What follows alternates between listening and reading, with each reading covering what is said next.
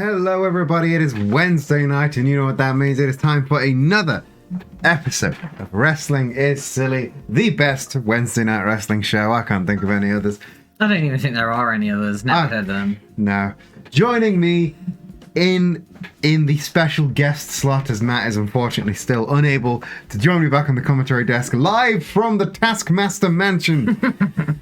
Zach, how are you doing? I'm doing alright. I don't know if it counts as a mansion. It's a bungalow, not a mansion. I mean, don't get me wrong. It's big, but I don't know. I don't know if it could be quantified as a mansion. It does not quantify as a mansion, but I wanted to make you sound better. It does look big compared to me, but most houses look big compared to me, to be fair. A house compared to a person. Yeah, exactly. It's going to be quite. So, I found the Taskmaster house on Rightmove. No. It has a 3D tour and everything. God, it's actually on there, yeah. That's amazing.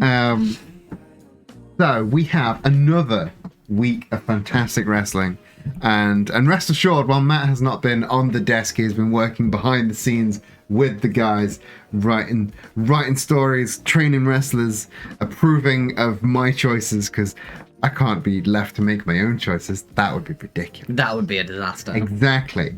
So don't rest assured, Matt's input is still being seen, and he may be in the chat right now. If you are, say hello.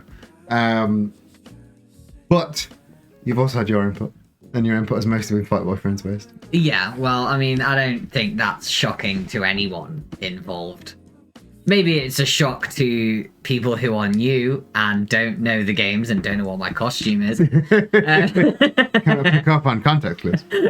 Yeah, they could probably work out who my favourite wrestlers are.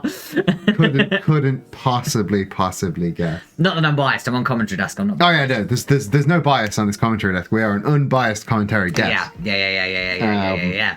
As an aside, as you can see, I'm broadcasting straight from the commentary booth this time. Yeah.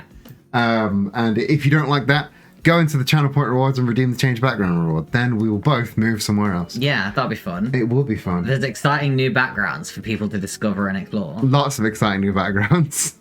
As you cannot see it because it is behind my head, but in the ring right now, Mr. M and Freddie and Jason are having a little bit of a discussion. It's not. We haven't cut to the ring because it's not very exciting. It's basically just a hey dude, what the fuck?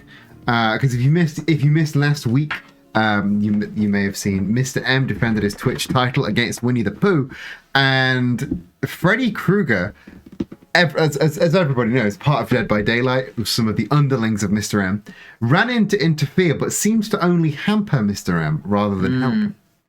Yeah, something definitely went wrong. I mean, we did ask them to have this discussion not in the middle of the ring, but you all know what Mr. M is like if you've been watching for more than 5 minutes. So, yeah, of course, the middle of the ring hold up the entire show. Oh yeah, the show could not finish until the show couldn't even start until this issue was resolved. Yeah, Mr. M was very angry about it. He was rather angry. And Freddie's brought Jason with him. I think, if anything, just to sort of, safety in numbers kind of deal. Yeah. If Mr. M's mad, he cannot be trusted. Yeah, well, I mean, there's a reason the man's held on to the Twitch title as long as he has. He's formidable fighter. You don't want to be on his bad side. Indeed. Looking on the monitors, it seems something maybe. We should probably cut to the ring. It seems like something might be going down over there.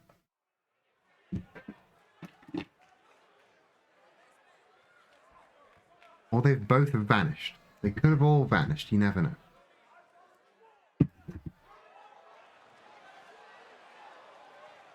Are they going to break the fiction and not give me the? Oh. Okay. I'm going to break the fiction. I was pretty sure I turned entrances off. You did. I watched you turn. Yes, you did watch me turn entrances aren't supposed to be on. Yeah. So I'm just going to skip this. Just give me a second. Because something was definitely about to break out if you stay in the narrative with us for just a second. Stay in the kayfabe with us. Yes. Join us in kayfabe manner. Yeah. As we now jump down to the ring, because I believe something is about to jump something is about to happen between these two. I mean, they said they were coming down to talk, but this doesn't look like talking to me. Maybe, I mean, to be fair, maybe Mr. M felt threatened by the fact that Freddy had bought backup, as it were. I mean, if I'm Freddy in this position, clearly he has some kind of a problem with Mr. M, and bringing backup, clearly he's got a Mr. M's bad side. I'd bring backup if I was Freddy. Yeah. But Jason seems to sort of have no qualms with, you know, attacking the man he used to answer to. So I mean, maybe bringing Jason of any of the Dead by Daylight friends wasn't a good idea. I mean, it was him that started this fight. He was the one that started. He was the one that made that first move towards Mr. M. So, yeah. I mean, perhaps there is some dissension in the ranks. I mean, let's be honest, what has Dead by Daylight done since Mr. M's held the Twitch title? No, true. I mean, Mr. M has very much been focused on serving his own wrestling career. Yeah, I mean, he used them to get to the title, and then he has truly cast them aside, and now seems to be... Maybe that's coming back to bite him. Yeah, well, you'd say coming back to bite him, but he's... Holding his own, though. Quite mercilessly holding his own now. Beautiful shooting star press there. From Mr. M. Freddy waiting in the wings just for his moment, but big two-handed chokeslam from Jason with a huge elbow drop to follow up. They are not trying to wrestle this man. They are just trying to fight this man. Oh no, this is a beatdown. Mm-hmm. Well, it is very much an attempted beatdown. Yes. But again, you know, as we said earlier, you know, you don't want to get on Mr. N's bad side. There's a reason that he's held the title for so long. Ooh. And to see him doing so well against two fantastic wrestlers, you know. Spanish flyer, beautiful. And the managing to turn their tag team assault against each other. I mean, we don't like Mr. M. But you got to give him his props where they're due. I mean. you've got to respect the hustle. Wait, what happened? I don't think Freddy's getting up from that. Wow.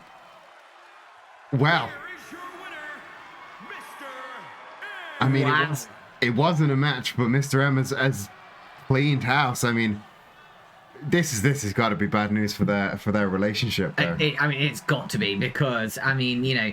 Even if they'd said, okay, well, we've fought it, you know, we've fought it out now, leaving Freddy potentially quite seriously injured is not going to go down well with the rest of the group. No, I mean, there was some beef going into the ring, and their discussion clearly got very heated. But Mr. M knocking out one of his men in front of another one, that's not going to go well for the rest of the team at all. I mean, I wouldn't be surprised if there was some sort of, you know, team action against him. Yeah, if they I would agree with that. I don't know their agreement. Are they an elected democracy? Can they just run out a dictator as Mr. M? Either way, I cannot see them staying with him for very long. No, I can't either. To be fair, I'm amazed that they've stayed behind him for this long. Though I suppose, you know, as you've said, we've not really seen too much of them since he got the title. They've not really done anything together. I'm genuinely really shocked by that lad's match. That was a textbook. Like, I think we just may have watched a murder. Yeah, I mean, that incredible. Was a textbook assault from Mr. M. Like, he saw that they were coming after him, and his response was simply no. No, you are my underlings. You will answer to me. And I think they might be done. Listening to him. Yeah, I would say so. I mean, what an incredible outcome for that. You know, when you go into seeing these handicap. Well, I don't necessarily want to call it a match because it wasn't on our card. No. You know, but when you see these handicap matches like that, you know, once you've been around the block a little bit, as we have on the commentary desk, you know, you kind of know the way that they are going, and the way that they are going is the person on their own loses. Handicap match, unless you are, Andre the Giant. Yes. You're probably going to lose in a 2-on-1 fight. Yeah. But Mr. M, clearly a very formidable fighter. I mean, he played it exactly as you should in that position, right? In these matches, your main not currency. The thing that's most important to watch is your stamina, right? Yes. Because you as an individual have far less stamina than the two people. So, what usually will happen is, these matches will go on, and then the person that's on their own is just left without much fight. So to clean house so quickly, to get that win really quickly, as Mr. M did, I mean, that is the play, isn't it? If you are going to win, do it quick, do it, hit hard, hit fast. Yeah, I mean, and that's kind of how all Mr. M's fights in the ring go. I mean, the fact that he wanted this in the ring made me think that maybe he knew that it was going to go this way. Yeah. I mean, it's also not out of character for him to do it just for attention. That is also true. Let's be honest, he's not the first and he won't be the last of our amazing roster to do literally anything for attention. That is true. But it's going to be very interesting to see how this team fall out. How it plays out. Plays out. I 100% agree. I mean, I don't think that this is going to be the last that we will hear from Dead by Daylight on this. Even if they do end up sort of, what's the word? Even if they do end parting ways. Yes. I don't think it's going to be amicable, No. I don't think that would. I don't think anybody involved has the capacity to end anything amicably. No, I mean, none of these men know how to do a respectful exit. Jedi, welcome in. You're just in time for our actual opening match. Yeah. Our actual opening contest for tonight is a tag team match. Last week, we saw the brand new look for the former Mayor McCheese, now going by Mr. Mac. And he and his new tag partner, the Mac and Cheese Man, who is now cleared for ring action again. Excellent. Have decided to flex their new tag team muscles, and go and show Slender Man and his new thrall Gus, show them what for. Yeah. So without further ado, do you have any words for this match going in, or about the last brawl that we saw opening the show? Now let's get down to the ring. Let's get down to the ring. Let's go over there now.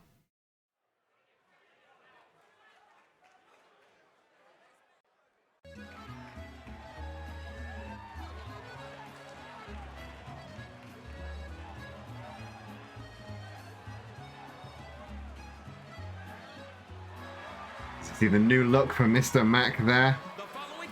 He has had a right glow up. Social media has really gone ablaze for his new look as well. Yeah. Oh yeah. Mr. Mac is a glow. he's got his following started. He is a very popular man right now. Yeah. At first blush, you wouldn't think him and Mac and Cheese Man would go together. They don't look stylistically. They don't look similar, but they've bonded quite well. Both from being picked on by Ronald McDonald. Does Mr. Mac have a feather on? I think so. I think that may be like the top of his bun or something. I thought it was a little top hat. It might be a little top hat as well. I've never asked. It could be a little top hat. I'm quite short, so I don't can't see top it. his head, Yeah. And here is Slender Man and his thrall, Slender Gus. They prefer the term boyfriend. You can be two things. Things can be two things. Gus, as you remember from Deck the Halls, Gus was taken by Slender Man, and now, even after a successful effort, was caught in the head of Slender Man got into Gus's head and has been, taking over ever since. And then they started dating, apparently. Yeah.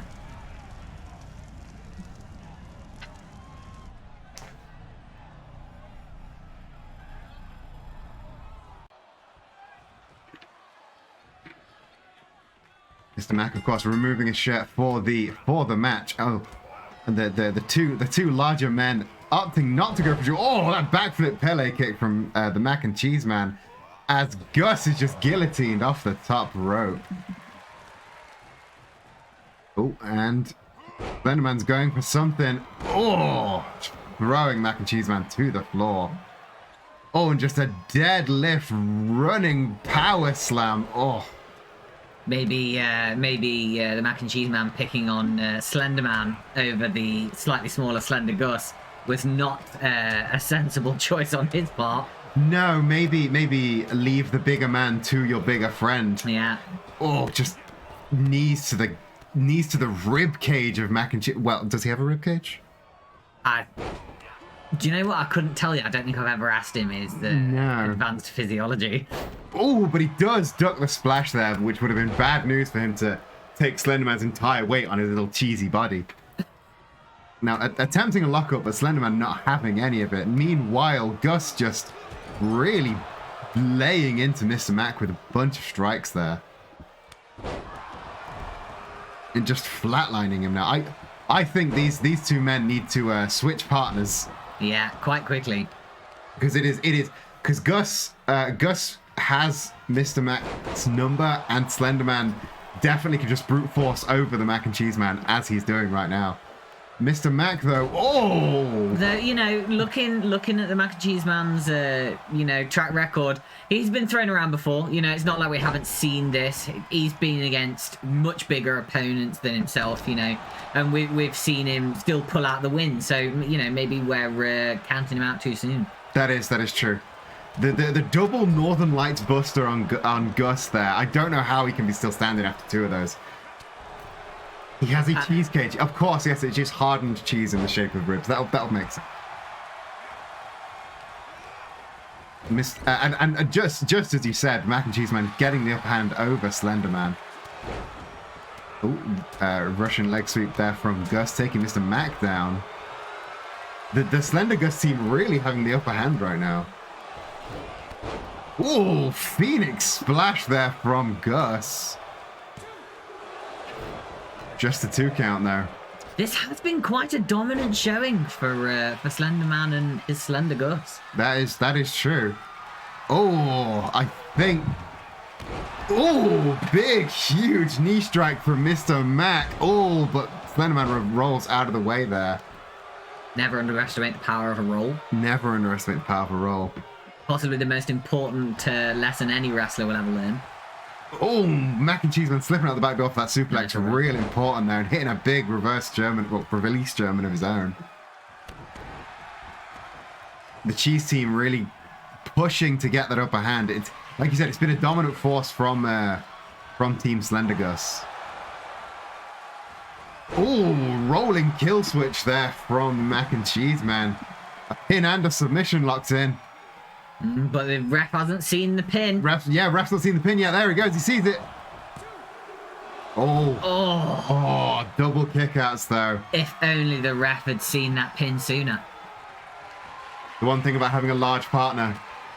Oh, and there's the seasoning packet locked in. Can he get the pin now? Gus there to break it up. Possibly by accident from the looks of it. He's really going for... oh my god, his name escapes me. Mr. Mac. Mr. Mac. I kept thinking Mac and Cheese Man. I'm like, no, that's the other one.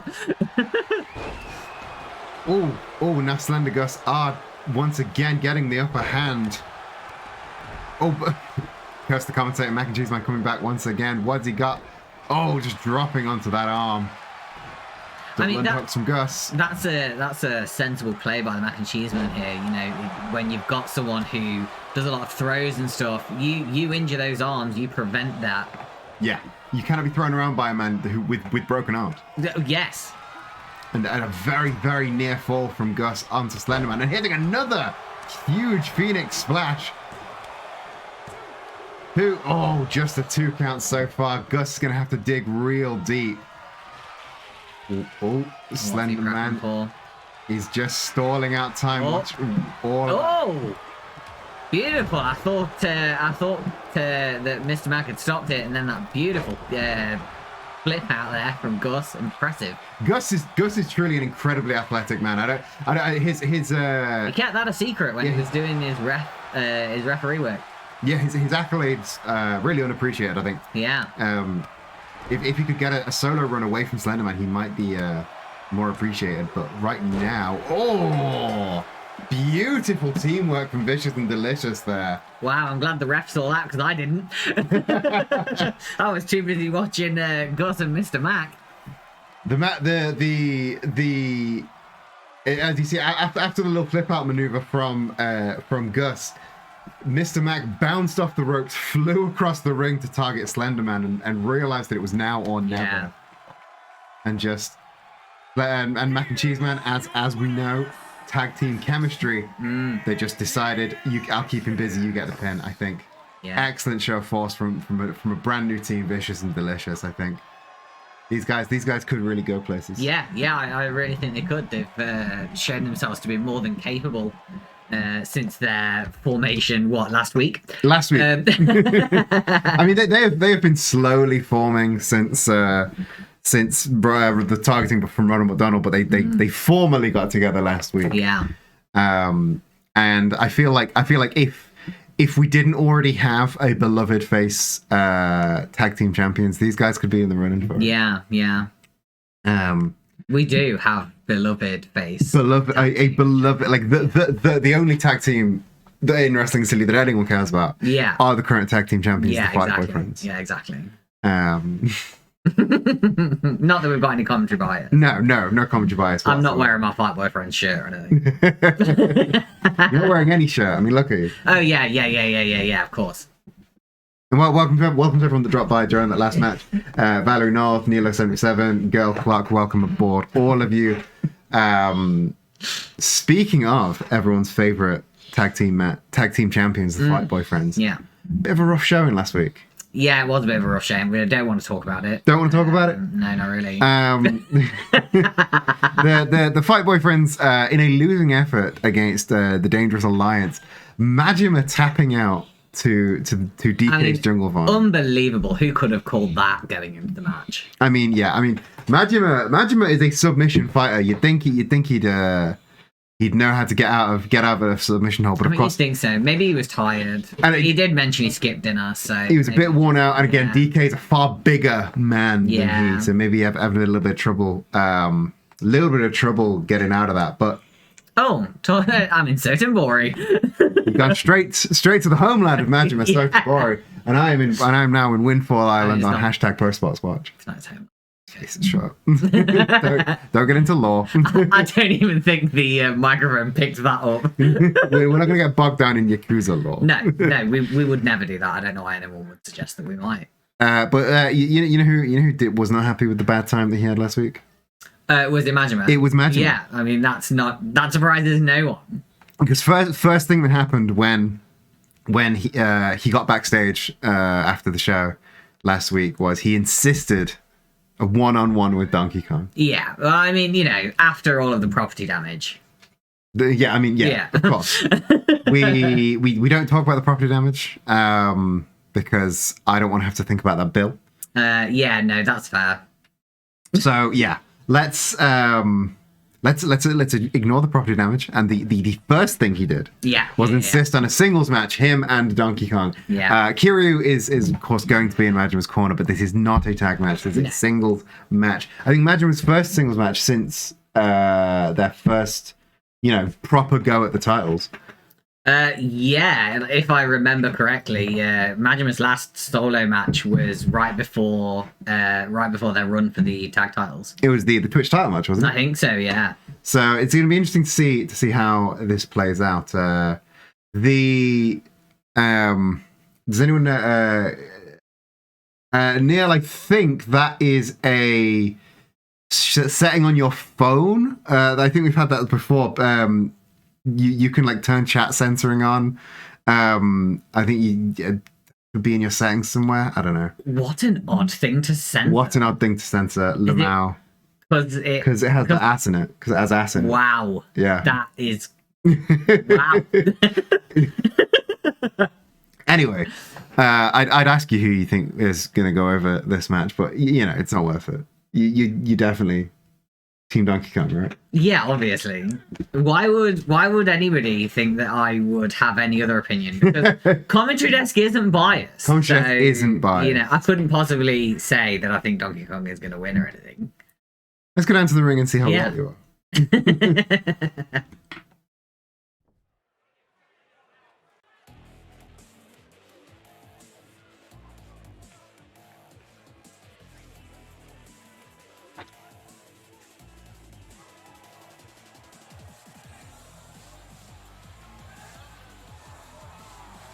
Say what you will, but the entrance music for the Fight Boy Friends, excellent.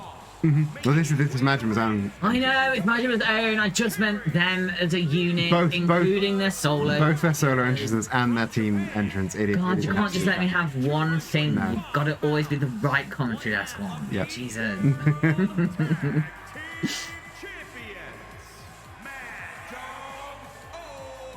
Got his little finger guns out. Pew, pew, pew.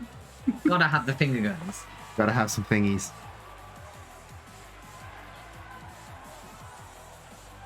Might it? I think the chat censoring might be an iPhone thing. Oh, yeah, I suppose that would make sense. It makes iPhones weird like that. Can't let the children know that asses exist. Yeah.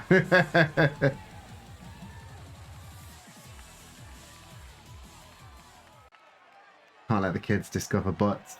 Whatever will they do? Or the letter A, apparently. Boo! Boo! Boo his boo. Ooh, banana. that wasn't commentary, that was some crowd behind us. Oh yeah, like the very obvious crowd that sits behind the commentary. Yeah. We're just getting some bleed through from the audience. Yeah. Now, Donkey Kong. When Donkey Kong is on his own, he is a far more jovial chap than when he is with Bowser. I say this every time. I think maybe Bowser may be dragging Donkey Kong to a dark place. Yeah, I mean, you know, from what I know about Donkey Kong from, you know, like before when he's done solo wrestling, not particularly with us, but just in general, you know, from his career and stuff, he never really struck me as quite so heelish. No, I think it's his friendship with Bowser that he's prioritizing, and I think it's a mistake if I'm honest. I think Diddy needs to come in here and sort him out. Yeah, I would agree with that. As always, a really strong start from. Oh, you know, I was about to make a sarky little comment about imagine we're not getting a strong start, but then that's curse of the commentary for you. Yeah, it is. He's what he's doing is he's getting a feel for Donkey Kong. Yeah. Oh, snap DDT there, getting the cover a little early for the cover. That is a bit early. But sometimes you can get a shock finish there if you can hit someone with a move like a DDT, get them in the head, get them dizzy, you can get that 3 count. So, you know, you can say many things about Majima, but, you know, saying he's not self-confident. That is true. maybe he genuinely thought he could win with that, or maybe it was mind games.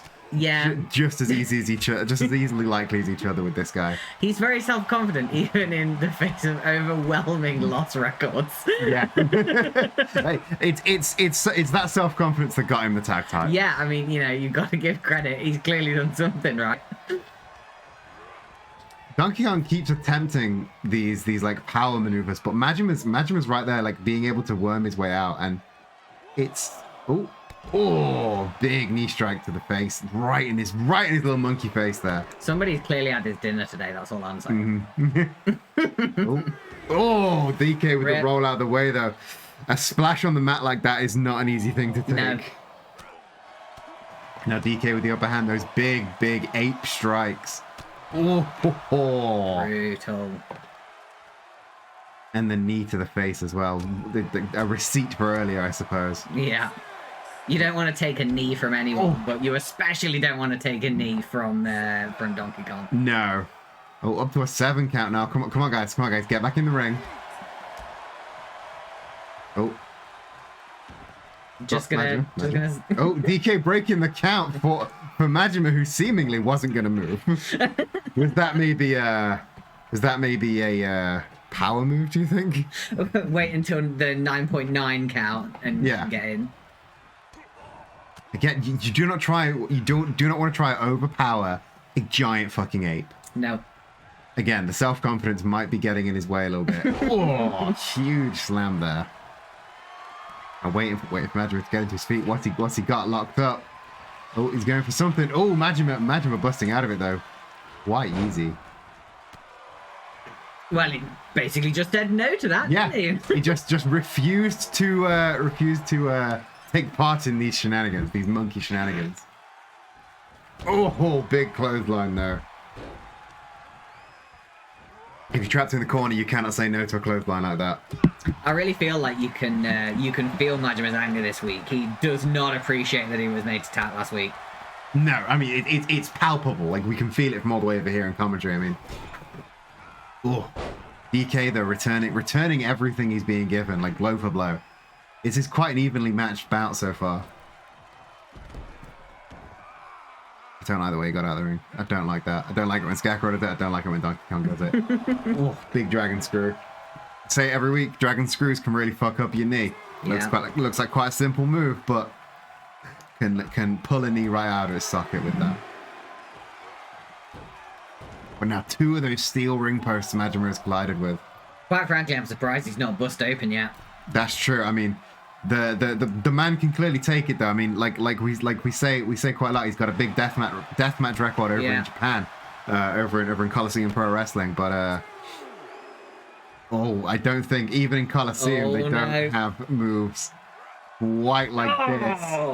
Oh, right on the hardest part of the ring. Brutal.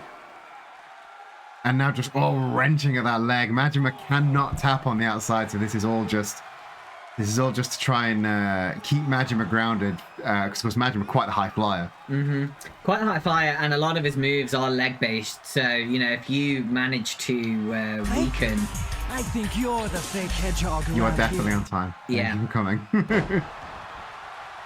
He's very kicks. He's kicks and jumps and knees. If you can injure those knees, I think you can take him out quite easily. But just a 2 count for that big monsoon splash. But he's got something locked up. What is it gonna be? Oh, once again, Majima quite easily deflecting.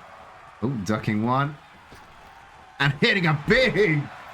I mean, King Kong lariat seems like a bit of an insult, but that is exactly what that was. Turn Donkey Kong inside out.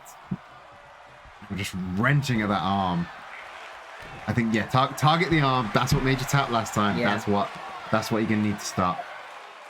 And yeah, I guess Hannah, you were first according to the rewards, so not much I can say against that. You were on time because you were first.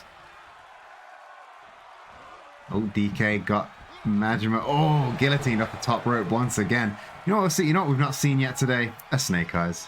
No, we haven't. Though, the night is still young. The night is still young. We've got all of these. We've got plenty of time. Oh, the chokehold locked in. The rear naked choke locked in. Is this Majima trying to make DK tap? Oh, he's so close. He's so close. I mean, that would be adequate punishment, wouldn't it? For it would. Tap last week. But getting the cover. See if he can close it one way or another. Just the 2 count though. DK. It's just the 2 count. DK's a big monkey. It takes a lot to hold him down, but I think he's gonna try and hit it again. DK slowly gets up to his feet. Well, now you've got the upper hand. Don't let up. Oh no! Just the waist lock. Just pushing him into the corner. Oh, DK with the elbow up there. DK may be scouting something big. Oh, one-handed powerbomb from DK. Deep hooks, but right on the rope. Terrible ring awareness. Though I suppose he is a monkey, so. I mean, he's gravitating towards the vines. That's where he likes to be. DK now climbing up the top rope. Oh, the knee to the throat this time. Oh, making it hard for Majima to even breathe, let alone kick out. 2 count. Ooh, That was the close. very near as fall. well. Very, very near fall. Oh, Majima scraping across the face with the boot.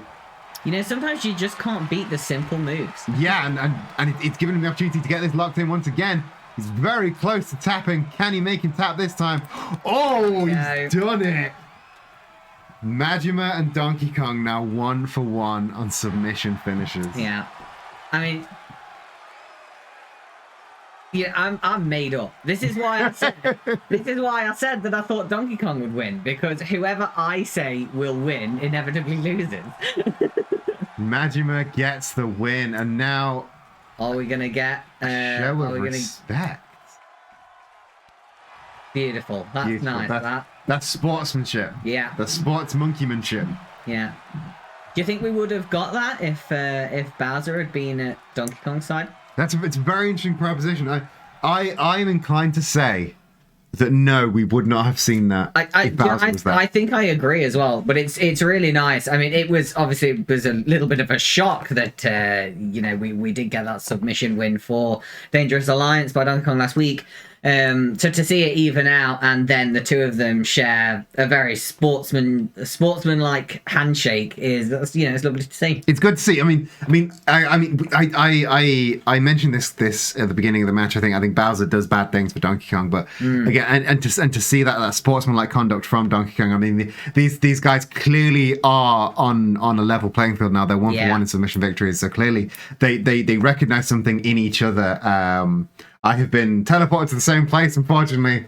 You're on Postbox Watch still. But you've he hasn't. We missed the photo the first time, so I've got to go watch again. And you've been taken to the Galar Stadium. Yeah, very, nice. very, very, very cool.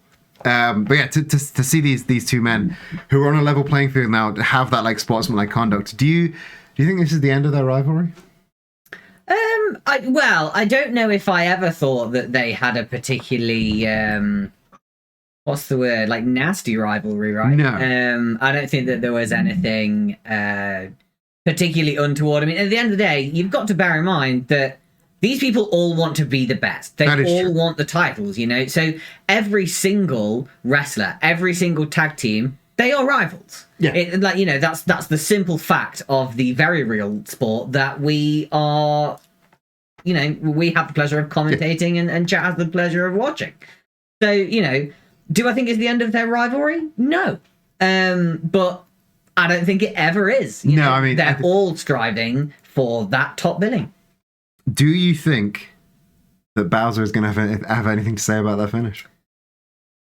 I would suspect so. I mean, Bowser has always struck me as the authority. Yes. I that's a good word for it, Do I think he's going to be particularly happy that his tag partner has gone out there and taken a submission loss? No, I don't think he is going to be happy about it. No, I mean, he's the bigger man. He's been made to tap out, and then he shook the guy's hand, and I don't think Bowser's going to be happy with that at all. I don't necessarily think that Donkey Kong is going to particularly care what Bowser thinks about the handshake. At the end of the day, Donkey Kong specifically, does have a solo career and has fought on his own in wrestling is silly, and in other sports as well. He's got a storied boxing career as Donkey Kong. Exactly. So I don't think that Donkey Kong will let Bowser's opinion affect his sportsmanlike behavior when he is there representing himself. Yeah. But do I think that there might be some arguments behind closed doors? Yeah, I do. Behind closed doors, between ropes, maybe between ropes, possibly. Who's we'll to have to find out. He hasn't boxed for a few years. I mean, he hasn't boxed publicly in a few years. He could still put on the gloves from time to time, and he's definitely still throwing hands in Smash Bros. Storied fighting career. Our next match. We're seeing a lot of Dead by Daylight this week as Leatherface has crawled out of the woodwork. It seems like they're clearly not happy about the fact that they haven't been spotlighted as much recently. Yeah, I mean they've been put on the shelf by Mr. M, I think. Yeah. Because beforehand, before when Mr. M took Dead by Daylight under his many wings, he was the one that would tell us about Dead by Daylight bookings. Yeah. And then he just stopped as soon as he won the title. He stopped booking them. So I think they're done, and now they are coming forward with their own matches. Leatherface told me that he wanted a match, and you know who else told me that he wanted a match? The Unthinkable Horse. Oh, we do like the Unthinkable Horse. We love the Unthinkable Horse. Eternal baby face, the Unthinkable Horse. And I know everyone watching in VR chat also loves the Unthinkable Horse. This one is for you, VR chat. The Unthinkable Horse with the Colonel in his corner. That's right, it's Kentucky Derby time. The Kentucky Derby is back once again as the Unthinkable Horse is taking on Leatherface. And these are two very different types of fighters. What do you think about this match going in? What do I think? I think that the Horse should win. We all think the Horse should win all the time. We love Horse. Horse is great. It's great to see Colonel Sanders in his corner. You know, I mean, with a name like Kentucky Derby, you can't just go back to life before Kentucky Derby. You know, you could not use Kentucky Derby at every opportunity. Exactly. If a pun like that, you got to run with it. And honestly, I'm really glad that they know that as well. Like, I'm really glad that they know that people think that's great. We live in a post Kentucky Derby world now. We are in the Kentucky Derby times. Exactly. And these two are two of the most formidable fighters on the roster. I am baffled at the fact that the Unthinkable Horse hasn't had a single title opportunity yet. No, that can't be right. It is correct. Wow. Well, I think he's probably looking to change that. I think he may be a bit reluctant to go for a world title shot, but hey, maybe Twitch titles in the future, maybe even tag titles in the future with Kentucky Derby. Yeah. But either way, he can't get a title if he never fights. So let's go down to the ring and see if he and Leatherface can put on a good ass show.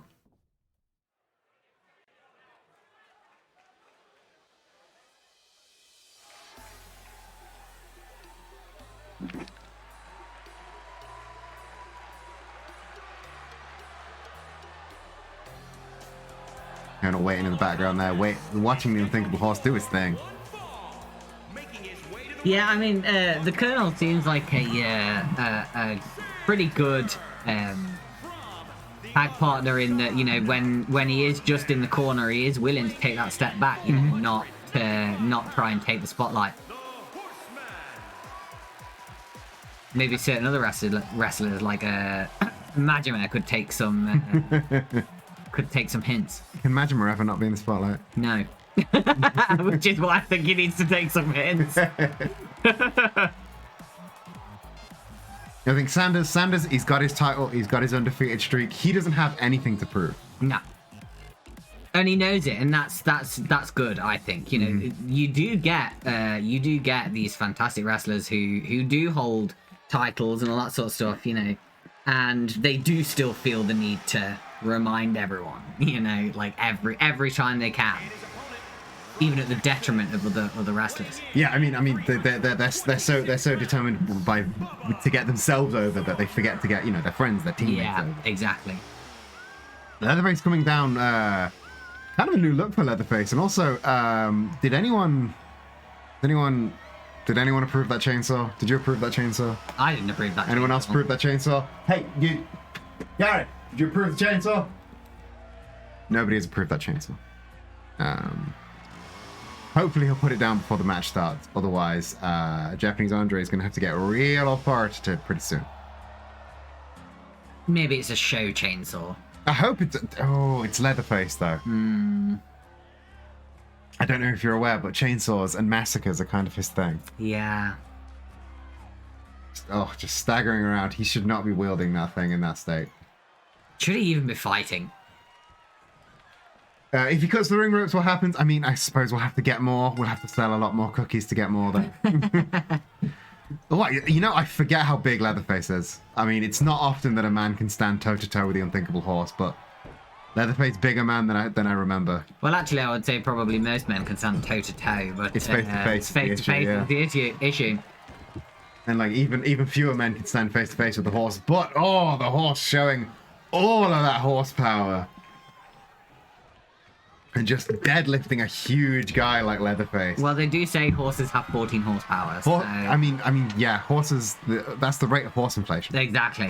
Oh, huge splash! I think I heard something crack there. That was brutal splash there. Now just stomping at the back. He's going for it. He's really trying to get the gang on side now. Going for that turkey dinner armbar. Thank goodness. Honestly, we hadn't seen any snake eyes. We hadn't seen a turkey dinner armbar. It wasn't even a wrestling is silly show before. Were we really watching wrestling is silly? Exactly. Oh, Leatherface had enough now. Revert. 1 for 1 on reversals. But big headbutt there from the horse. Leatherface are trying to get in some strikes of his own, but kind of big knee to the head there. But as this Leatherface trying to get control. Do not listen to Hannah. Do not Google horse inflation more faithful. Jesus.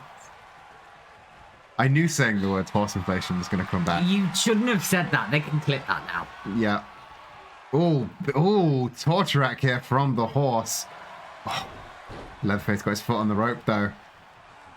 People forget that the top rope can be rope broken as well. I actually didn't know that. That's really interesting. So most big submissions are on the floor. So yeah, grabbing the bottom rope is the less relevant about the top rope. You can. It's so long as you're outside of the ropes that you have to stop. Unless you've got freakishly long arms. Yeah. Leatherface going for his own turkey dinners now. We're really getting a match for the fans here. This is one for y'all. This is one for the Wrestling is Silly Galaxy. Yeah. Now just some ground and pound from Leatherface. Really not letting up against this horse. The horse rolling through though. These again, two very evenly matched competitors. We saw this kind of thing with Majima and Donkey Kong. Now stepping through right on the yam bag. the horse and Leatherface, two big horses doing big horse things to each other. And get it reverse waistlock. Can he turn this into an opportunity? Rolling through. Dropping him right on that back, really targeting that back. I mean, if you've got to target somewhere on Leatherface, there is basically the biggest target, isn't it? Got two clotheslines and they just bounce off each other. This really is two big meaty men slapping meat and now just guillotining him. And you love to see it, don't you? We love to see big meaty men slapping meat. Big E somewhere. Raging erection right now. This one's for you, Big E. Maybe the E stands for erection. He is a very big E right now. Another set of turkey dinner armbars, and now the horse going up to the top rope once again. Huge splash, dead center of the ring. That horse flew and now getting a cover. Just the 2 count. That big Pegasus splash could not secure the 3. We'll go for a bit of a run now. 1, 2, and Leatherface rolling out the way. Leatherface had that scouted. Not that it's a difficult to scout move, but I mean, not when the opponent is so big as well. Little bit more martial arts experience on Leatherface than I would have expected. That was a picture perfect move there, and now just wrenching at the leg. Back and forward, trying to get any sort of damage out of that leg as he can. Which we've seen the horse. He's a runner. He's a jumper. Yeah. This is the kind of thing that you need to stop the horse doing. Now just trying to get him outside, but could not. Going for a big hip toss instead. Trying to maintain control, but the horse overpowering him. Once again guillotined off that top rope. Those ropes bouncing against your neck, it's not nearly as comfortable as it sounds. It doesn't sound comfortable. There's the first. There's the second. Are we going to see the 3-horse race? Boom! 3 in a row. It takes a lot to come back from 3 big power bombs like that. Could this be the finish? 2 count. Almost. Horse gonna have to dig deep for this one. Leatherface really showing us that he should not have been put on the shelf for like, what, 2 months? I think he went without a fight. Yeah, I mean, did him and his friends feature at Graveyard Smash? No, he was eliminated. Him and Ghostface were eliminated from Graveyard Smash. Yeah, so I mean, it's been a very long time since we've seen Leatherface in the ring, and I'll tell you what, he is making a show of it. He's making it worth the wait. Yeah, I mean, he's really giving the horse a real test, but the horse just that like half a step ahead. Oh, spear out of nowhere. Maybe Leatherface is done playing second fiddle. I think this could be the start of a solo push for him. But once again, going for that big splash, and he lands it this time. Third time's the charm. And now once again stomping right the rib cage, the back, and another set. Oh, we eating good tonight, folks. It is a 4th turkey dinner armbar. Positively a feast at this point. An absolute king's banquet right now. We eating good tonight. Oh, up on the top. What's he got in store? Oh, Falcon Arrow not going for the cover there. Oh, straight off going for the cover. I think he made a mistake, changed his mind. Nobody kicks out of that Falcon Arrow. The unthinkable horse takes the win. Do you think, how much of that do you think was the encouragement of Cam Sanders in his corner? I mean, that must feel pretty good, having the current wrestling and City World Champion in your corner, I mean, at the end of the day, I can't say I'm too surprised by this outcome. We have Horse on most weeks. We see Horse a lot. He's a very, very seasoned wrestler.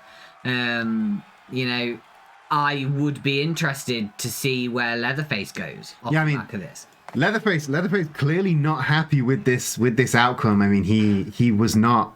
I think he wanted this to be his big comeback match, but I think he gave it a damn good effort. He did, yeah. I mean, we saw a lot of your real sort of typical big men slapping meat stuff. We saw lots of stomping, lots of lifting, and you've kind of got to love it, really, haven't you? You got to love to see it. I mean, it was a good horse fight. We saw two of our biggest men going against each other, and in a division where we've got the monsters, where we've got Winnie the Pooh, where we've got Slender Man. There's a lot of big men in wrestling in Philly, and I think there is. If Leatherface really wants to break the upper echelons of big men, he's gonna have to work hard. But I think looking at his reaction coming out of that ring, I think he was driven. I think he's got the drive to push himself hard. Which, to be honest, I think it's 50% of the battle, isn't it? Like, at the end of the day, when you do come into these big promotions, you are against some of the best in the field, best in the industry. And that could be really, really off-putting to some of the newer wrestlers, It could be intimidating is a better word, I think, And it's only those wrestlers that have that drive, that are motivated to work their way up. Everybody's got to start at the bottom. Everybody's got to start with the losses. It's only through those losses that you learn and you get better. Yeah, I mean, we've seen a lot of people. They come in, they want that title shot, and they cannot work their way up the card, and they fall off. And there's a reason we haven't seen a lot of the people that started, this time last April. We saw a lot of fresh faces. Now some of them have faded away, and they didn't have the drive. And I think Leatherface could have that drive to be one of the big heelish monsters of this show. I think.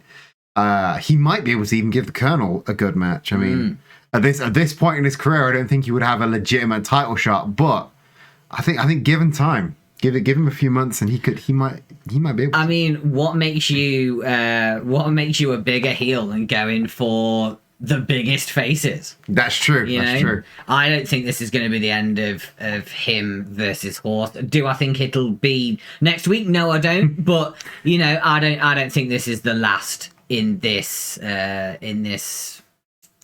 potential rivalry. Yeah, I think that this might be a slow burn in the background. I think once Leatherface has got a few more wins under his belt, he's got a bit more ring time, a bit more experience. He could come back against the Horse and maybe get that win against him. Yeah. We're quickly approaching the halftime point of the show. We're halfway down the card. I'm going to quickly refresh my drink, as you can probably tell I need it. So we're going to take a very quick 1 minute break. Or do you want to go 1.5 minutes? Yeah, we'll do 1.5. 1.5 minute break. Refresh our glasses. Get up, have a stretch, get yourself a drink of water. We'll be back in 90 seconds. And in the meantime, who's this Pokemon? If that works. It's not.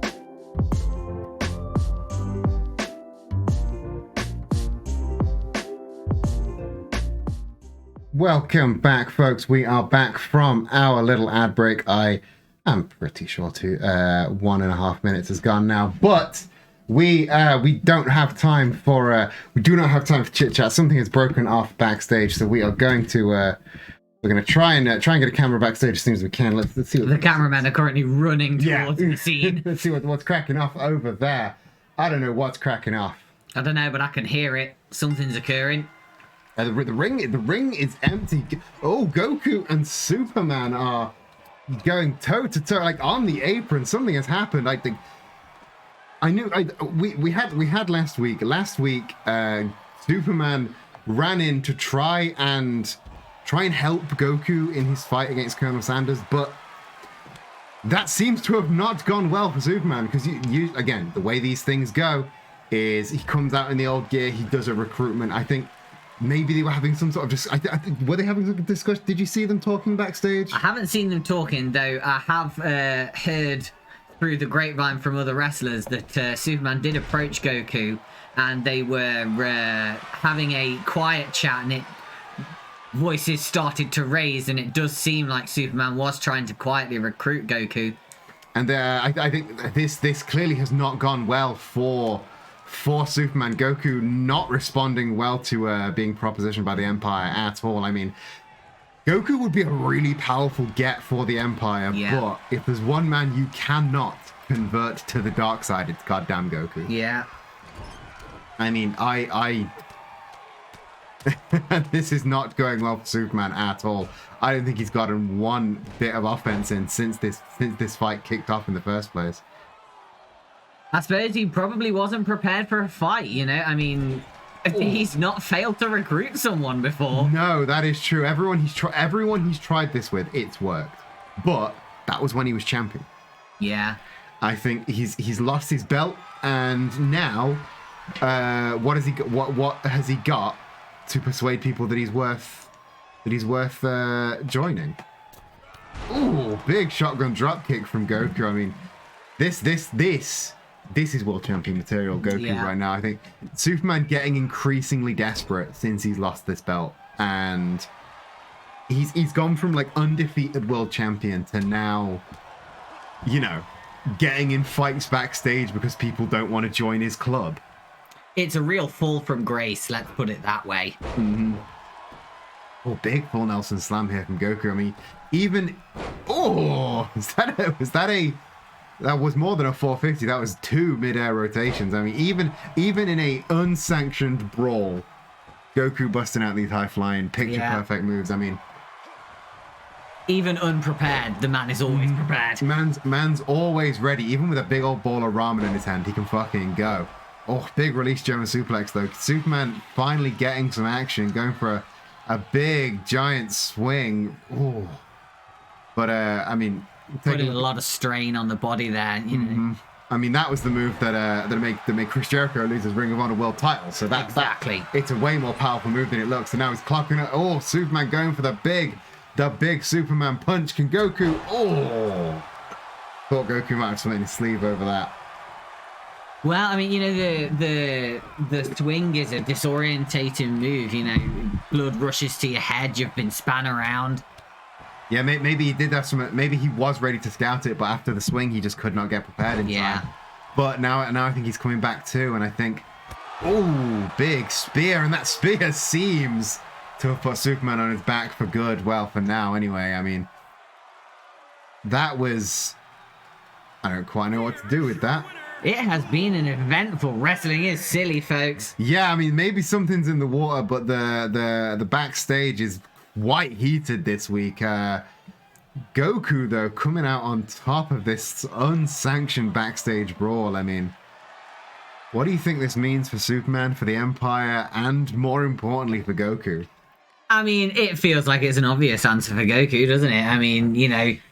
Even unprepared for a match, you know, he was just here doing some training with other people. Even unprepared for a match, he comes straight out and gets such a clear-cut victory. You know, Superman did not stand a chance. No, in that match. Superman was torn asunder. Yeah, I mean, there was the giant swing, the Superman punch, but even like after taking a Superman punch, Goku was right back up there, right back to business. Yeah.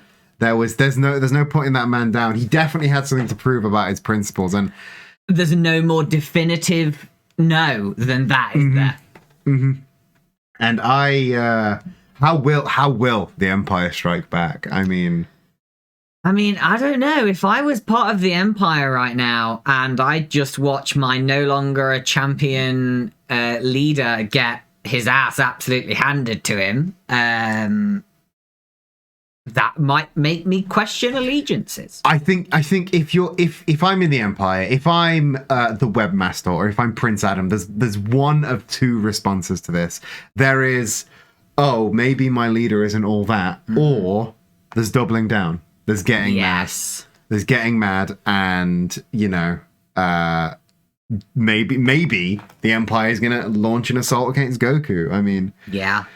We've seen it happen before. The Empire, they close ranks, they buddy up, and this is how the fight before Christmas happened. Yeah, and I mean, you know, at the end of the day, Superman clearly is good with words, right? Like, he has convinced all of these people to join the Empire, even people that have previously been faces. He's managed to convince them to turn heel, to join his group. So, maybe give Superman some credit on that front. He will be able to keep them in line, but.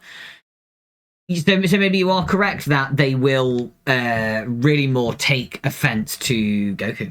Yeah, I think perhaps we'll have to see if Superman's silver tongue can save him once again, because like I said before, I think he's getting a bit desperate. Yeah. Oh, I mean, definitely, and especially when you have wrestlers like Prince Adam in your group, people who really are a threat to you if they decide that they don't like you anymore. Yes. Could you imagine Prince Adam turning on Superman? That would he would be in trouble. Superman would be in trouble if that occurs. He needs to pull something out of the bag to keep his group happy. Yeah. I think and if I'm on the other hand, Goku, I don't think Goku's done with the Empire either. No. I think because Goku is an honorable man. Goku is a principled fighter.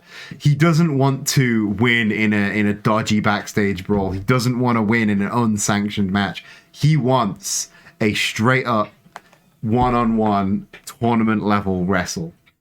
And I think until he gets that out of Superman, I think it's going to be unfinished business. Yeah, agreed. And if I were Goku, I think I'd be a little insulted they didn't take no for an answer the first time as well. That's true. Who the hell does Superman think he's talking to? This is goddamn Goku. Exactly.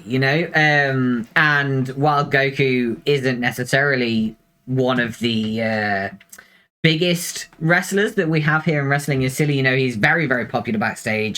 He's not someone that you mess with, and everybody knows it. Yeah, no, he's very well liked backstage. He's got a lot of friends backstage. Yeah. And I think if people were forced to choose sides, they ain't choosing with the Empire. I mean, we saw that again, Fight Before Christmas. They have a lot of enemies backstage. I think fuck with Goku. Yeah, agreed. Moving on to once again back to our sanctioned matches. Mr. Miles Morales had a really good showing last week. He did. A really good showing against the Red Spy. Yeah. And under your suggestion, actually, the Red Spy did see something in Miles and has taken Miles under his wing. Oh, that's excellent. Yeah. And now they've been training together. The Red Spy has been like teaching Miles, because as we mentioned last week, the Red Spy has had a career of different kinds of fighting, and he's now he's getting up to that age where you're a little bit too old to go in the ring. Not that he still can't go. I mean, we saw this Heat Wave that he can still go, but he's just, he's getting that little bit slower, that little bit older. There does come a point, obviously, with wrestling being such a physical activity, there does come a point where you have to be mindful of your own capabilities and how often you can pull them out. Yeah. Do you know what I mean? And, it's been sort of a well-known secret in industry that Red Spy is looking to sort of step back a little bit. So to see him find someone that he thinks he can take the opportunity to do that with it's nice to see. So he's stepped into that sort of mentor role with Miles Morales, obviously a brand new wrestler, a very, very young man. And they have opted to together, I say together, with Miles with Red Spy in his corner, have opted to take on a bit of a surprise showing from the Battle of the Bobs a few weeks ago. Oh yeah, Bob Belcher, someone whom we haven't seen a lot of, really held his own against Bob Ross and Bob the Builder, and now I think Miles saw that and went, hey, I want to fight that guy. Yeah, I don't think this is an ill-natured fight. I think they respect each other as combatants. They're both quite new to the sport, and I think they want to see what each other can do. Yeah. So do you have any thoughts about these two fighters? I mean, I think they're both absolutely fantastic wrestlers in their own spaces. Obviously, with Bob Belcher being a slightly bigger wrestler, you know, it's it'll be interesting to see how Miles has to what kind of moves he has to do and strategies he has to pull out to overcome the size advantage that Bob Belcher has got. I mean, it's going to be very interesting to see how Spy's influence may have taught him things like that. So I mean, let's go down to the ring and see how these two get on.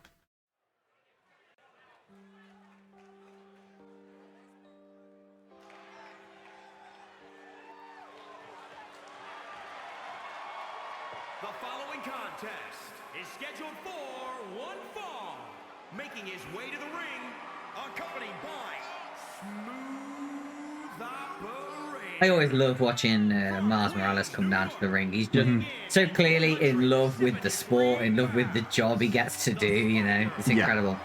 He's so full of energy, so full of enthusiasm, and just it's a unique attitude that I think we need to see more of.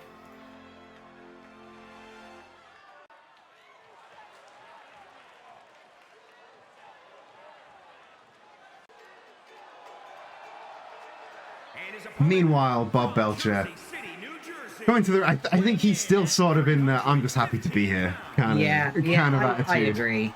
I mean, at the end of the day, Bob is that little bit older. You know, has a little bit more world experience, as it were, and I think his happiness, while no less, is exhibited differently. I think he's still happy, just as happy to be here. Just look at that little smile on his face. You know. I mean, he's always like even before he transitioned into wrestling, even when he was just a fry cook, he always had a performing streak. And I think now that he's had this opportunity to perform in front of a crowd like this, it's really doing wonders for him. Ooh, starting off with a few quick kicks and. Oh, springboard DDT. Miles really starting off strong. I mean, and a leg drop to the arm. Like you said, Bob is a larger man, a lot more throws. So targeting the arm is really, it's intelligence that we haven't seen from Miles. So maybe this is again Red Spy's influence coming in. Oh, and just kicking his way out of that knee bar there. Your best defense when you are a wrestler like Miles is always a good offense. You go on the offensive. You don't let those bigger guys make that start. Yeah. Oh, a 2 count already. Bloody hell. I mean, big men, they like to wrestle at their pace, which is slower and hard hitting. Yeah. And if you are quick and quick offense, do not stop moving. Do not let them control the pace, like you said. That's how you get over fights like this. Oh, and wrenching at the leg now. Ooh, Bob had that moonsault scouted though, but he changed the tides with this. Oh, quick lock up. Irish whip into the corner. What Spider-Man? Ooh, beautiful sort of. Off the top rope, Hurricane Rana Tiaras type thing, and there's a huge moonsault off the springboard. Ooh, what's he got? Oh, is it gonna be Code Red? Oh, Code Red Spy. Pulling off these moves with, when the size discrepancy is so big, it's so impressive from the young wrestler. Ooh, I get a little bit more Rey Mysterio influence there. The West Coast pop there. And still just a 2 count. Bob has yet to get any real offense in. Miles really dictating the pace of this match. Ooh, rolling out of that diving headbutt though. The diving headbutt, a really, really high risk move to do, because if you miss, your head's hitting the mat, and there ain't no coming back from your head hitting the mat. The one thing they teach you not to do in wrestling school. But I think with that miss, he's a little bit dazed. Bob has a chance to get a little bit of offense in here. And it does look like that he's taking it as well. Oh, huge chop to the head. And a rolling forearm takes Miles down through Down to the floor, but ooh, popping back up with an X Factor there. Bob, though, not holding up. Double underhooks. What's he got? Oh, double underhook suplex. Yeah, see, I mean, this is what we said, isn't it? You know, the minute there was an opportunity, Bob managed to take control of the match. Yeah, hooking the arm, getting a real crane on that neck. Miles, though, managing to work through, getting a little pot shot in there, just as revenge.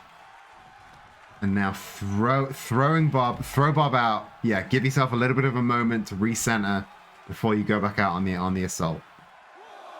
I think, you know, if I were him, I'd have taken longer. Now, going in that knee bar, the same knee bar that Bob got right at the start of the match there, but on the outside again, so the man can't kick, so the man can't tap out. Oh. Reverse suplex going down face first onto that mat. Bob, you know, Bob knows his strength. Bob knows what he can do. Oh, just throwing Miles into the steel ring post. He knows what he can do. He knows his own power, and he's not afraid to use that power. Is he gonna break the count, or is he gonna let Miles be counted out, struggling to get to his feet? I mean, you know, it was a strategic move on Bob's part to just try and get that count out, you know. Oh, misses the West Coast pop that time, a little bit mistimed.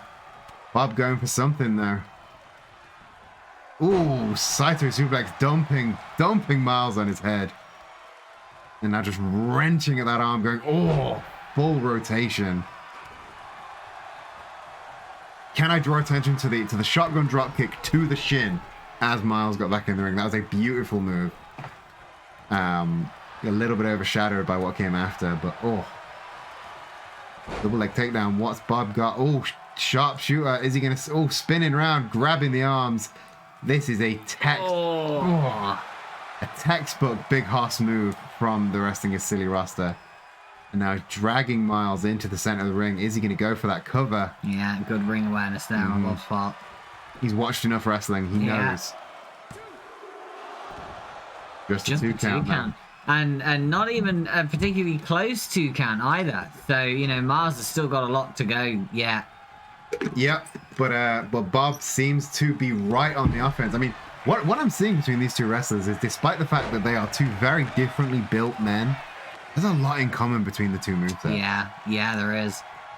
And they've got a lot of good ring chemistry as well, you know.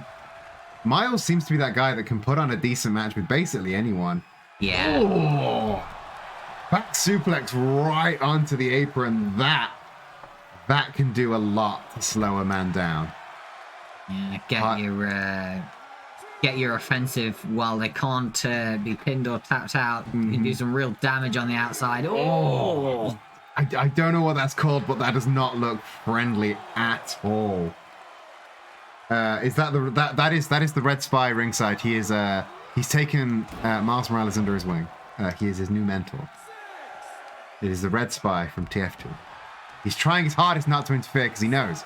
He's just trying to get to the other side. That'll get Miles DQ'd, and we do not want a DQ fit. We do not want a DQ loss on your first match as a new fighter's mentor. No, you don't. That would be a poor showing. Oh, beautiful scouting by Bob there. Miles went for that pop-up hurricanrana, but Bob using that pure strength to turn that into a big powerbomb. Tried to get a chop in there and missed. Beautiful rolls from Miles getting out of the way. The chop right to the center of the head. It does a lot more damage than it sounds. And now just sort of a reverse giant swing there from Miles. Getting up to the top rope. We've seen a lot of good high flying offense from Miles. Let's see. Oh, baiting Bob in. But yeah, I mean, why go on the offensive when you can make your opponent go on the offensive on themselves? Yeah, take the offensive on themselves for you. But Bob made sure Miles could not capitalize on that, and getting very close. These two men very evenly matched. So yeah, far. They are. Oh, and another one of those big web swings taking Bob down. Big spinning tiaras. Now making his way to the corner once again. What's he got this time? Oh! And he runs through into a big crossbody off the ropes. Oh, he's still going. What's he got in the tank now? Oh, dives into the sunset flip. Big, just kick to the side of the head. I thought Bob had that scattered with that sunset flip then, but Miles one step ahead once again, goes for the cover. Oh, still just a very close 2 count. Goes up to that top rope once again. Could this be it? Oh, once again misses the diving headbutt. That is 2. Oh, quick German suplex there from Bob. You got to realize when you go down on the diving headbutt, you don't just hit your head on the mat. You also take it right in your lungs as well. Yeah. On another code red hit. Could he get the pin off this? Oh, no. Decides not to. That's an interesting choice on his part. If he'd have maintained... Oh, he wanted to land that diving headbutt. Deep cover, far leg hooked. Still just a 2 count. I maintain if he'd held on with that code red, held on to the pin, he would have got the win. Yeah. But he wants Bob on his feet. He's over on the wrong side of the ropes. What's he got?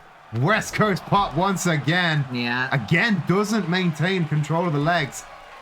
I mean, at this point, you know, if I was Mars, I would be thinking, what the hell do I need to do to keep this guy down, you know? There it is. That West Coast pop. One more diving headbutt. Better safe than sorry. It's better to land one more headbutt than you need. That's true. It's very true. But I'm thinking with a risky move like the diving headbutt, I mean...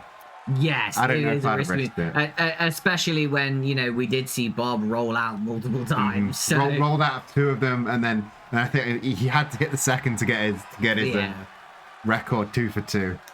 But it's good to see that there another show of respect there from these 2 men, because I think once again they just wanted to see what the other one had in the tank. Yeah.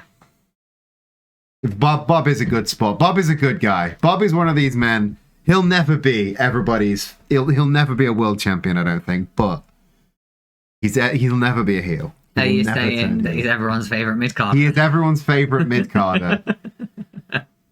Cody Bob Belcher Rhodes. 3-star Bob Belcher. Yeah, I mean, you know, when you see Bob on the card, you know, you're not gonna have a bad time. No. He could have. They could both put on a 5-star match with a mop. Yeah, I would agree with that. I mean, I feel like that's especially impressive for the young Mars Morales. Mm-hmm. You know, I would probably say I don't think he could have done that last week. No, I think it took not only going from the momentum of the victory last week, but also Red Spy taking him under his wing, teaching him, helping him to, you know, spot things. I mean, we've seen it happen time and time again. The veteran takes the new man under his wing, and the new man soars. It happened with more recently.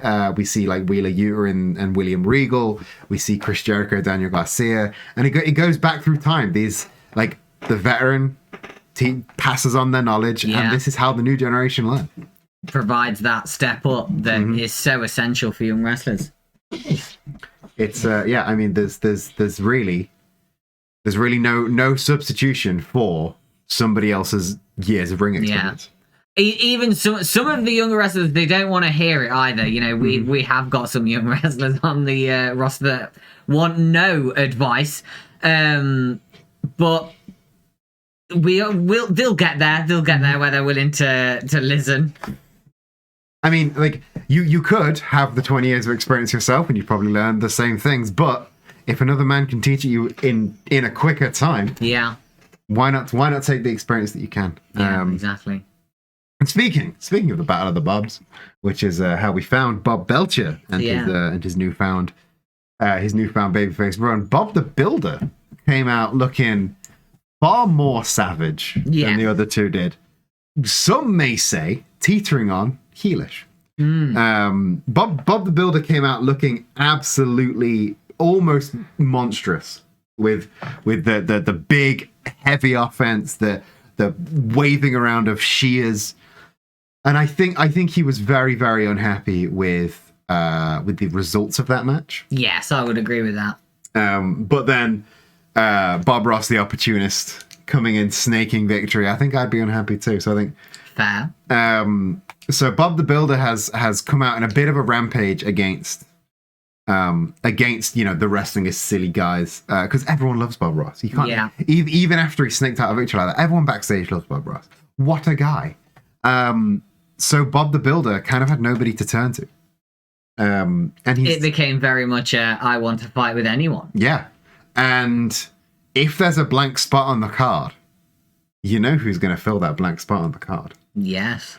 And because you are in this position, you are going to have to do your best Skeletor impression. No, I'm not. You are. No. Just give me a yeah. No, Go on, I can't just do one, it. You just do one. it. You do it. I just did. No, you do it again. Yeah. Yeah, that was me. You got it. I want one. Come on, No. one quick, just a quick one. No. Just a quick one. No. Well, I don't do one for me. I don't do voices, I don't do accents, I don't do weird stupid noises. It's not happening, it's not happening. My voice is bad enough. I don't need to put a voice on. Jenna said please though. Yeah, but I was also told not to do it. Oh, that is one for one. Yeah, that is one for one. Sorry, right. Go on to the match. So, I mean, yeah, to the match.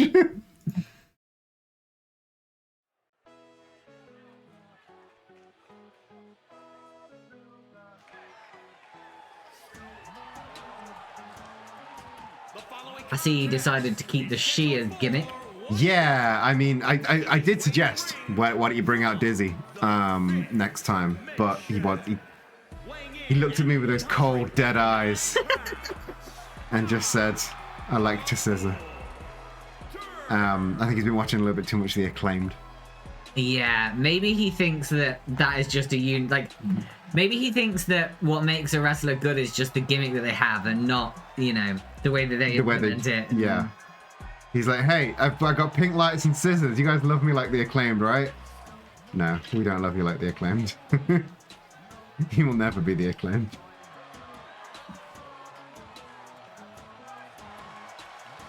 He's very off-putting. Yes, he is. So we have got cheers in the crowd. So yeah, there's some positive response, but I think I think that's just a cheer of recognition. So hey, I know that guy. Hey, I know this music. They do not like Goth the Builder. And here, Skeletor coming to the ring. I do find it amusing that Skeletor is coming out with a hammer, which is more traditionally associated with building than hedge clippers. Yeah, it's very true. Maybe Skeletor's coming out showing him how it's done. I mean, yeah, but of course, you forget the classic tagline from He-Man: "By the power of Grayskull, I have a hammer." Yes.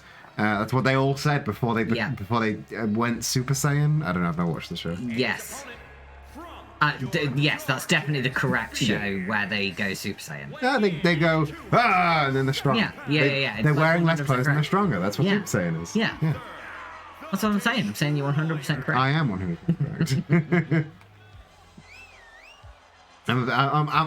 I'm a big fan of Skeletor in the ring. I think he's very fun to watch. Yeah, agreed.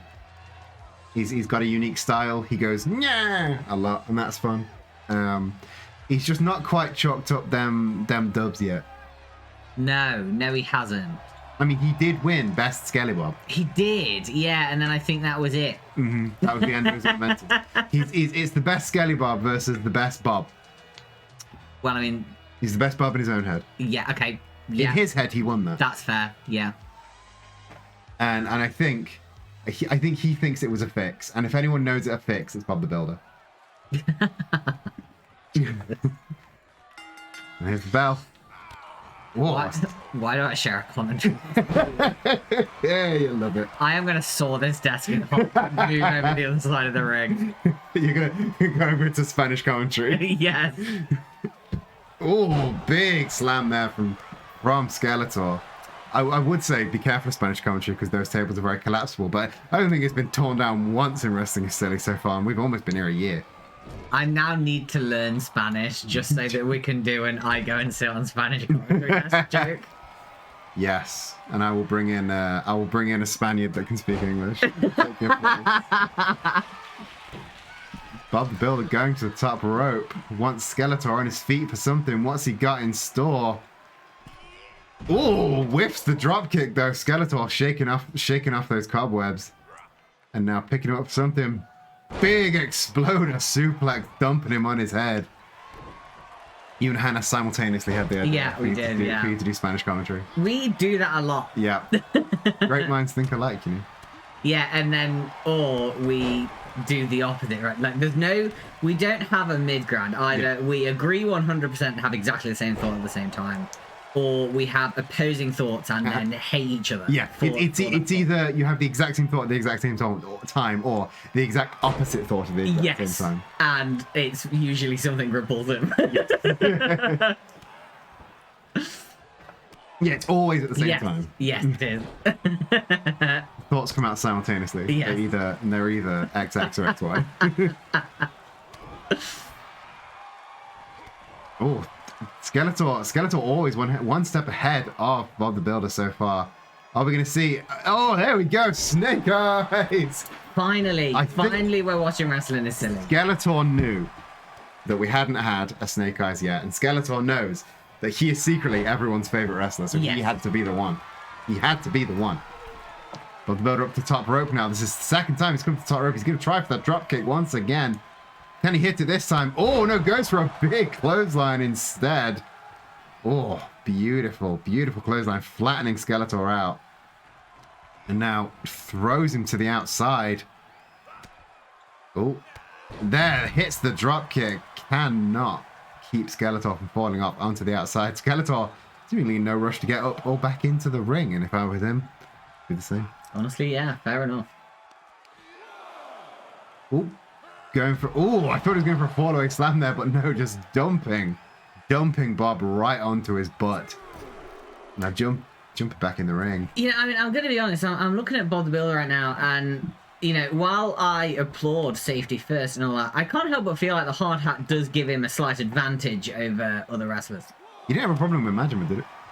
No, well, I like Majima. That's true. Maybe Majima and Bob should have a fight. Hard hat fight. No DQ hard hat fight. They can hit each other in the head with all the weapons they want. It won't do anything. I'll ask him backstage and maybe book it. Yeah, I was going to say. Oh, Skeletor just leaving Bob dazed in the corner there. Staring at him over the turnbuckle. Oh, that was quite impressive. That was quite impressive. Every time I get in the ring, I'm like, I could do that. And I can land on the... I can do that. You don't try it. I can do that and land on the apron. I haven't done it to the floor yet. Yes. Because it's a longer way down. Yeah. That's how height works. Yes. Oh, big chop across the chest. Bob gaining some momentum, but Skeletor one step ahead and just, throwing him. Don't matter how many hard hats you're wearing, gut first into the stairs is going to hurt. Ooh. Quick lock up. Bob thrown asunder to the other side of the outside, and Skeletor again breaking the count, but right into a waistlock from Bob. Bob seemingly had enough of the out of ring action, wanting Skeletor in the ring. Finish this like men. Oh, big discus forearm. Skeletor completely wiped out by that. Again, this all new, all fierce Bob does not hold back. Still just a 2 though. Just a 2. Bob gonna have to dig deep. He's gonna have to go to that well that he went to for the Battle of the Bobs last week. That ferocity is what almost got him the victory, and that ferocity is what he needs if he's gonna try and run up the card like he's trying to. He has got that new fire. Mm-hmm. And I think he's got the new fire. I want him to have the new fire. I just hope he's got it. You know, because at the minute, maybe somebody's raining on that fire. This is really a test for Bob. And Skeletor has the upper hand right now. If he can maybe... Oh! Flatliner there, getting the cover. Yeah, hitting your head or right on the rim of that hard hat is no joke. No, that is gonna hit. That is gonna hit. That's gonna hurt you on the inside. Oh, huge lariat turning Skeletor inside out. Far leg. Well, I suppose it would be turning Skeletor the right way out because Skeleton's currently on the outside. So maybe he'd just be a normal he's guy. just man now. Yeah. He's just Manator now. Oh, big splash of the second rope, flattening out Skeletor that was just trying to get to his knees. That could have done real damage to the guy. And here's that ferocity coming through. Oh, another huge discus forearm. I think that might have bust Skeletor open. Well, but... I mean, now he's a Manator, so you know he can be bust open now. Huge pop-up Hurricane Rana though. And now just stomping. Skeletor very upset at being turned into a man. Which honestly fair. He'll have to turn himself back outside in again before the next match. Oh, he's not playing ball today. Oh, huge spear. Big, huge spear out of nowhere. What's he got in the tank now? One more. Oh, big flatliner. Gets the cover once again. Can Bob power out? Bob grab the ropes. Oh. Yeah, you see, I mean, you know, Bob could definitely have done a rope break there, but he wasn't aware. No ring awareness. Maybe the hard hat was over his eyes. Yeah, maybe so. Or maybe he was more dazed than we thought. I mean, you know, Skeletor did just do quite the assault on him there. Quite a flurry of offense. But again, more good sportsmanship. A lot of it's this match. We love to see it. We love to see it. But I think this could be very interesting for Bob. Yeah. Because he came into this match with a whole lot of fire up his ass, thinking he was going to be the next big hotness, the next big fiery heel.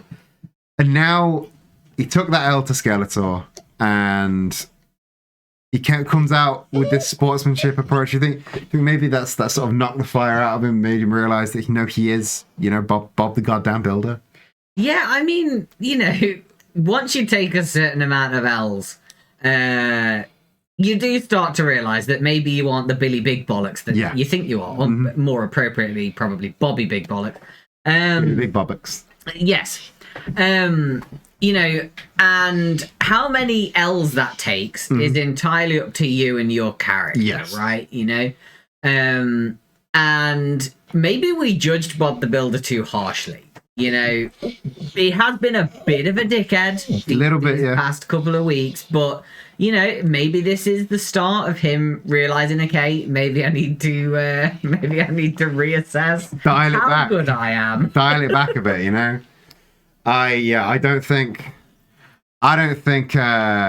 I think Bob the Builder needs to take a sec, reevaluate what he's trying to do, reevaluate what he wants from wrestling is silly. Maybe reevaluate his own estimation of his skills. Yes. And maybe perhaps return to the construction site for a little bit. Maybe. I don't know. I don't know what went through his head. I think the near win got to him last week, but I do find it quite funny that a Neo win could I think light such a fire under his ass. But he had the victory. And then Bob Ross came in and nicked it. Yeah, I guess. But he also wasn't really too much part of that match anyway. No, that is true. Ooh, I didn't fight for half the match, so I had way more stamina than my competitors, and then I nearly won. Excellent. Come on, get your head out your ass, man. So maybe that's the last we're going to see from Bob the Builder for a little bit. Maybe we're going to see a new Bob the Builder next time. Maybe. But we have arrived at our main event for this evening, and it is a Flippy Shit Division title eliminator match. So this is not for the title. This is if the challenger can defeat Karl Marx this week, he will get a title shot later down the line. I'm not going to say next week because I say next week and then I forget to book it. He will get a title shot later down the line. And this is a challenger who missed out on the Flippy Shit Division ladder match by this much. My fingers are very close together. So, this much. I would do the emoji, but I can't find it. So just before we start, I'm going to change our backgrounds one more time just to show off that it is something that we can do. I'm going to go over to Oh, you're in Sotenbori, Sotenbori now. and you're on WiS. Well, one of us has got to be watching that. One of us got to keep his eyes glued to the postbox. So, as we now from Sotenbori from Windfall Island straight to the flippy shit division, here is our headline match, and I am not going to reveal who that challenger is. We're going to keep that secret until they make their way to the ring. So, any more closing words before we go to our headline event? That's been enough talk. It's time for the main event. There we go. You remembered it this I time. did remember it this time. I went out of my way to remember it because you put me on the spot last time. You're watching Rampage, writing notes. No, I've been watching Dark, taking notes off the album. So you sing along with all the theme tunes next week, yeah? Yeah, sure. Oh, here's our flippy shit champion with that gorgeous new belt. I thought you were going to say it's time to duel. We're going for Mark Henry, not Dan Green. It's a very easy mistake to make. Representing the Union from London, England, weighing in at 250 pounds, the Rated R Champion, Carl Marcus. Very interesting that our announcer man refers to the flippy shit division champion as the Rated R champion because he doesn't like to swear, and his announcements are rated PG. Is Mark's in London? Mark's lived and died in London. He's got a bust of him in the London cemetery where he's buried. He's not originally from London, but we were the only place that would give him citizenship after he started doing communism. And now his challenger, it's not Winnie the Pooh, who is spooking you all with the with that red and yellow smoke. It is Bugs-a-Mania running wild. 166 pounds. Were you amused at Yeah. at the fear? It was just such a visceral reaction. It was just an immediate no. Yeah. I had that gif of Michael Scott from The Office. No! Oh my God, why? Is Bugs representing corporate capitalism? I mean, look at him. Of course he is. He is the conglomeration of Bugs Bunny and Hulk Hogan. Can you get more corporate capitalism? Hey, you can't call him out in Matt Sewers. It's Hulk Bogan. He's Buck Bunny. I've always wondered why Bugs Bunny doesn't wear pants. Is there any idea what that is? It's interesting. You should ask that. I did a deep dive on Bugs Bunny's trouser situation, and I did a whole. I don't need to know what you do in your private time, and neither does chat. Thank you very much. I did a whole video about Bugs Bunny's trouser situation. Long story short, Long story short, I got taken down off YouTube and had to be rehosted on Pornhub. Yeah. You can let's post a link to that because why not?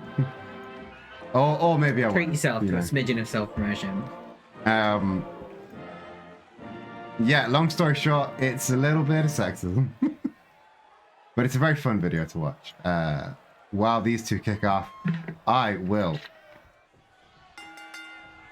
find myself a link to that video. These two men, our main event opens up. Oh! Springboard cutter from Bugs Bunny. Beautiful. But Karl Marx getting the legs up for the... I feel like it's a bold choice on Bugs Bunny's part to wear nothing. I mean, that is true, but Bugs Bunny famously does, in fact, wear nothing. Yeah. Why is Karl Marx grayscale? Because Karl Marx is famously grayscale. Look at any picture of Karl Marx, he's in grayscale. He's from the olden I times. think that's just how he is. Yeah, he's from the olden times. Everyone back then was grayscale. Yeah. Why do you think the pictures look like that? He lived before the invention of colour. Yeah. Ooh, bit of a misplay from Karl Marx there. Also caught his voluminous hair on the robe there. He did. Oh, maintaining wrist control. Bugs Bunny, though, getting an arm drag. Oh, huge clubbing blow there from Karl Marx. Now, while he is the flippy shit champion, and he is incredibly flippy, we forget that Karl Marx... Oh, big spinning X-Factor there from Bugs Bunny. We forget that Karl Marx's fighting history actually comes from barroom brawls. So, oh, super kick there into a tornado splash. So, yeah, Karl Marx's ballroom brawling history gives him a big striking game. Ooh, so it's shooting star 450 from Bugs Bunny. Not something we see very often. But it's always nice when we do. Indeed. Oh, he's got something prepped. Oh, was that a Spanish fly DDT? Trying to end this early. It's just a 2 count though. Karl Marx, I think, a little bit taken aback by Bugs's offense, but was not prepared for the blackout though. Ooh, Saito suplex from Karl Marx, trying to regain control. Goes for another Northern Lights deep bridge there. We have an opportunity with the new wrestler on the roster, and that is naming new moves. Yes, we do love naming of moves. Yeah. And not every finisher has a fun name, so bear that in mind. Karl Marx has the People's Revolution and the Seizing the Means, I think, is his other finisher. But I don't think Bugs Bunny's is named yet. Not that I know what. Well, I mean, he's relatively new to our roster, isn't he? So, I mean, he made a big splash at the beginning, and then ooh, big suplex there. He made a big splash at the beginning, and then sort of faded away for a bit, and now he's making a return. Yeah, I think the beginning of his return, was it not the fight birthday? Yeah, he returned at the fight birthday, and yes, because he was in the food eight-man match. He was in your mukbang battle royal. That's the one. Yeah, I knew I'd named it something cool. Ooh, Karl Marx really wrenching at that arm now. Karl Marx, again, with his barroom history, not afraid to get a little bit dirty with his fighting. It makes him I mean, to be honest, this is probably the reason he is the Flippy Shit Division champion, right? I mean, you know, he can pull out some unexpected moves. Yeah, but also that sort of double underhook rolling facebuster there, also very unexpected from somebody like Bugs Bunny, a more slender, lithe man on the roster. Almost like a rolling dominator. And now Bugs Bunny in control. Once again, if Bugs Bunny wins this, Bugs Bunny gets a title shot against Karl Marx. So, oh, he's going for that splash again, but the knees were up. And again, the more you rotate, if the knees are up, that is all the more danger for you, because you could end up like headbutting the knee, and that ain't going to work out for you. Oh, big shots from Karl Marx. Goes for the waist lock. Oh, quick snap German suplex. And now tried to get that net control, but Bugs Bunny busting out from under him gets the flipping kick. Now once again the double underhooks going over the top. Here is that big rolling. Oh, it wasn't a facebuster, a neck breaker, I believe it was. Still just a 2 count though. Is that Bugs' finisher? Because that could be That's All, folks. I quite like that. Oh, that's such an obvious finish. Big stun dog millionaire though. That's All, folks. Yeah, it's very good, isn't it? That's good, isn't it? That was from Jedi in chat. Excellent. Oh, another. I think it's 30 cent on that was. Bugs really getting the win with that 630 cent on. Bugs Bunny has earned a title shot against Karl Marx later down the line. Yeah. And with moves like that, I think he truly did deserve a flippy shit title shot. Yeah. Because he was constantly up and down off those ropes. And Karl does not look happy with that result at all. I mean, would you be happy with that result? You know, I gotta say, I would not be happy with that result either. But Bugs Bunny I'm Bugs Bunny. I'm very happy with that result. That was a Yeah. hell of a match. One hell of a match and one hell of a way to finish Wrestling is Silly for this week. Once again, that is Bugs Bunny earning a title shot against Karl Marx for not next week. I think we're going to save Stop that. saying that. We're going to save any and all Flippy Shit Division title shots for when the Commissioner Matt returns to the desk. Yeah, I mean, we couldn't possibly do a title match for the Flippy Shit division without, obviously, its main coordinator Indeed. here. So, you know, we are going to have to wait for that, unfortunately. But, you know, when we do get it, it's going to be an exciting match. Yeah, of course. Yeah. So while Matt recovers, and by the way, shout out to Matt. If you are not following Matt, go and follow Matt. Best wishes while he recovers and gets his voice ready to return to the Wrestling is Silly commentary desk. Until then, we will not have any Flippy Shit Division title matches. But that doesn't mean there will be no Flippy Shit Division matches, as you just saw. We've got to keep the people tiding over until until we can get Matt back.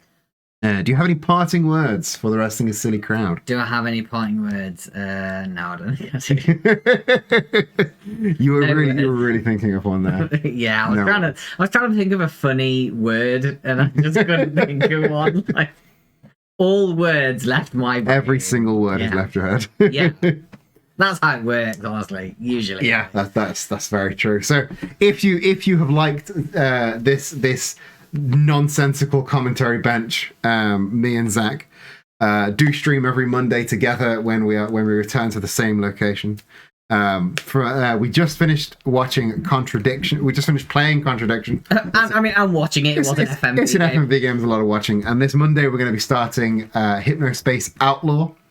I know literally nothing about that game, so that's going to be interesting. I know what it looks like, and I know that Vin likes it. I don't even know what it looks like. So. Oh, it's got a look. Very good. Well, look. Yeah. It's got a very good look. You were interested in buying it. Of course, it had a look. I mean, that's true. That's true. And then we will be back for Wrestling is Silly, of course, every Wednesday evening, unless I have a show. I'm gonna have a look for somebody to raid into. Send our lovely crowd into. Once again, do you have any parting words before you go and do a fat vape? Yeah. Ha! He did the thing. He did the thing. So I genuinely can't believe he did that. So once again, thank you all for joining. Thank you to the new people that jumped in. To Neil for hanging around. I know you're not a channel regular. I hope you liked what you saw, and I hope you stick around. We had Valerie North dip in. We had Girl Clock dip in. To everybody lurking, thank you for watching. I have so much fun doing this show, for real. It's such utter fucking nonsense, and I love it so much. If you enjoyed it, stick around, join the Wrestling is Silly universe, and possibly come join us in Discord. The Discord link will be posted shortly, right after I find somebody to raid into. And yes, what I'm going to do. I'm going to raid into a channel that I've raided into a few times before, but specifically I'm going to raid Hexagorgon. Thank you, Jedi, for the Discord link. I'm going to raid into Hexagorgon, but mostly because it is Alex from Hexagorgon who coded the change background redeem, which for some reason isn't working properly anyway. So it is Alex from Hexagon who coded that channel point redeem for us. So everyone go show your love to Alex over at Hexagon. They're currently playing through Tunic, so I'm going to throw you over there for Tunic. Go and say hello. Go even like I say every week, even if you just stick through the raid to post the message and then you leave, that's all you need to do. That's all I care about. That's all. But stick around. The streams are very good as well. And then, once again, like I said, follow me on Twitter. Join us over on the Discord and buy my gay little pins over at nerdyquaid.com. We're going to be starting selling mugs soon, I promise. But until next time, Buccaneer, Buckfall, wherever the buck you are, I hope you're having a fantastic rest of your day. And I'll catch you in the next stream. Love you, bye.